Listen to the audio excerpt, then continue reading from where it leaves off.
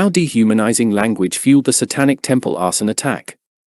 Use of dehumanizing labels is a time-tested method of preparing the way for violence against religious and ethnic minorities. On June 10, 2022, an arsonist attempted to burn down the headquarters of the Satanic Temple, TST, in Salem, Massachusetts. 42-year-old Daniel Damian Lucy took a bus from Chelsea, then walked to the building, arriving around 10 p.m. He was recorded on a doorbell camera pouring lighter fluid on the front porch and igniting it before dropping his backpack into the fire as kindling and walking away.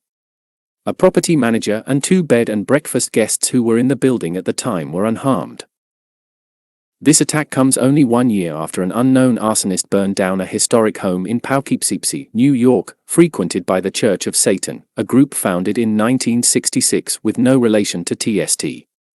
In the video, Lucy can be seen wearing a t-shirt that says God, which made it easy for police to identify him when he returned to the scene to watch his handiwork, something arsonists often do. Lucy attempted to evade the police, but later claimed he had returned to turn himself in. He was charged with arson of a dwelling, a civil rights violation, and destruction of a place of worship. He initially requested to represent himself, but the judge persuaded him to use a public defender. This was not Lucy's first arson. The Salem News reported he has multiple prior property destruction and burning cases in Boston Municipal Court, some of which he was on probation for. So the question is not why a firebug like Lucy tried to set a building on fire, but why he tried to set this particular building on fire. While it is tempting to frame this as the act of a lone nut, there is a larger context to this crime. Destructive rhetoric about a minority religion steered Lucy toward his target, and more importantly made him feel he had moral license to use violence. When I interviewed members of TST for my book Speak of the Devil, nearly everyone in a leadership position described receiving death threats. Like most situations in which a religious minority is the target of focused hate, perceptions of the Satanic Temple are widely divorced from reality. TST does not believe in a literal Satan but admires the literary figure of Satan as a mythological embodiment of their values of self-determination and resistance to arbitrary authority. Their core beliefs are articulated in the 7 Tenets, a group of moral precepts that most people would recognize as thoughtful and positive. But reality has never been an impediment to hateful stereotypes, and threats and violence are not unusual when minority religions demand equal rights in communities that have historically privileged Christianity. However, TST's political actions have elicited especially vitriolic responses. In 2014, after TST announced their plan to build a satanic statue to complement a Ten Commandments monument installed at the Oklahoma Capitol, a commentator on Fox News' Don Imus in the Morning opined, they should be able to put the statue up and then they should be shot right next to it. On January 10, 2018, actor Corey Feldman retweeted a woman who posted an image of TST's headquarters with the message, since deleted. I doubt nothing anymore. I have in Salem, Massachusetts. Opened a satanic church last year. The witches are evil. And Satanists and cults are very real. Sick, a church like this should not exist. Burn it. Blame Hillary, I don't care. It's gotta go. If anyone likes this idea they are FK'd.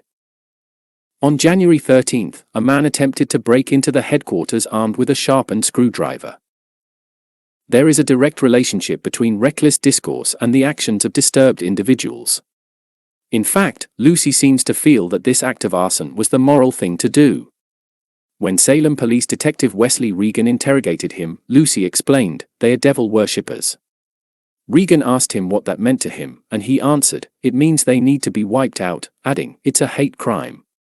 Some have interpreted this statement as Lucy confessing to a hate crime, but Lucy pled not guilty to all charges. More likely, he meant that TST's existence is itself a hate crime, and that he was therefore justified in using violence against the religion. These kinds of pseudo-legal arguments are common among TST's conservative Christian opponents.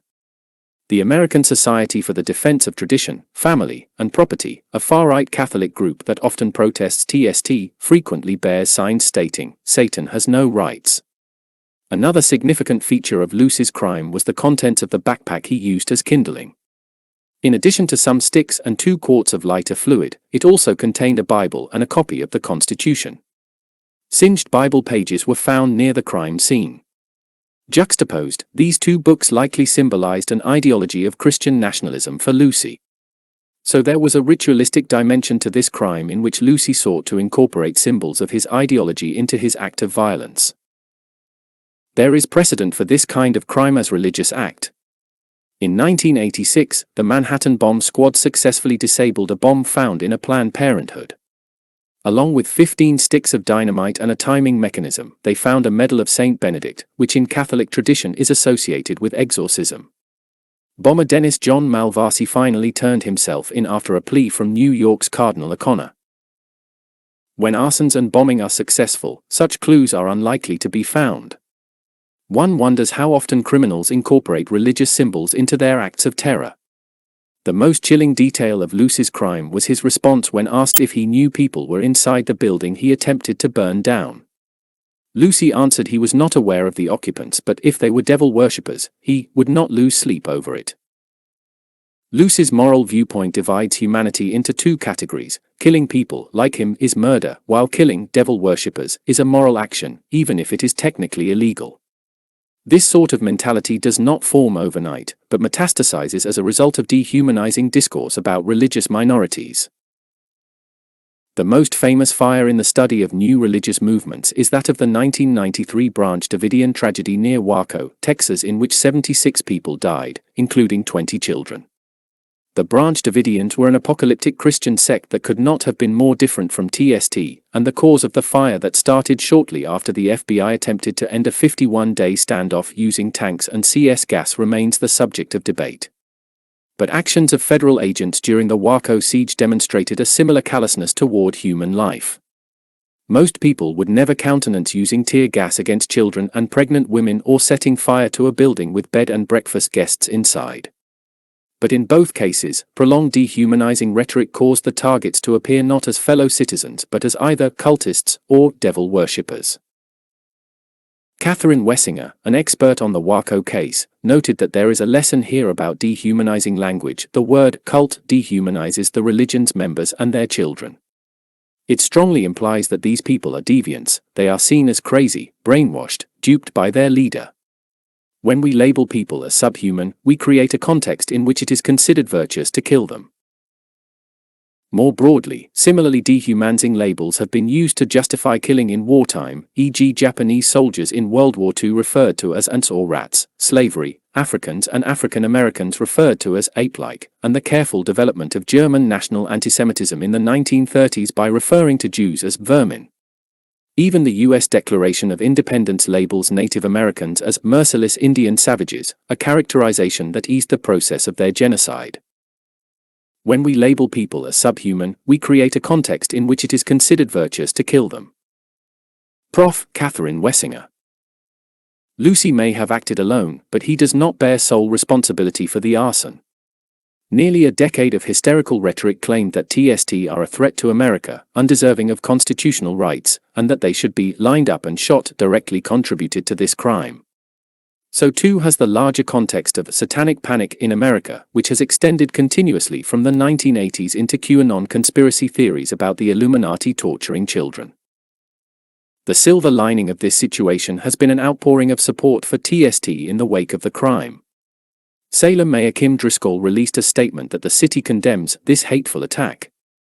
TST spokesman Lucian Greaves told the Boston Herald, "This whole incident has had the paradoxical effect of making us feel more welcome than we ever have.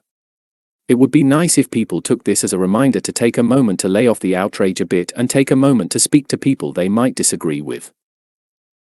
Emerging religions like TST are often controversial, and it is hardly surprising that some people are upset when TST attempts to bring Satanism into the public square or files lawsuits arguing their religious freedom should entitle them to abortion on demand. But whether we like them or not, TST remain law-abiding citizens in a religiously plural society as well as fellow human beings worthy of life, liberty, and the pursuit of happiness. There is a great danger of forgetting this in an environment defined by social media bubbles and overheated rhetoric. There is no person, no group, no religion or ethnicity that could not one day find itself on the receiving end of dehumanizing rhetoric from a powerful majority. We all have every incentive to oppose such rhetoric long before it is aimed at us.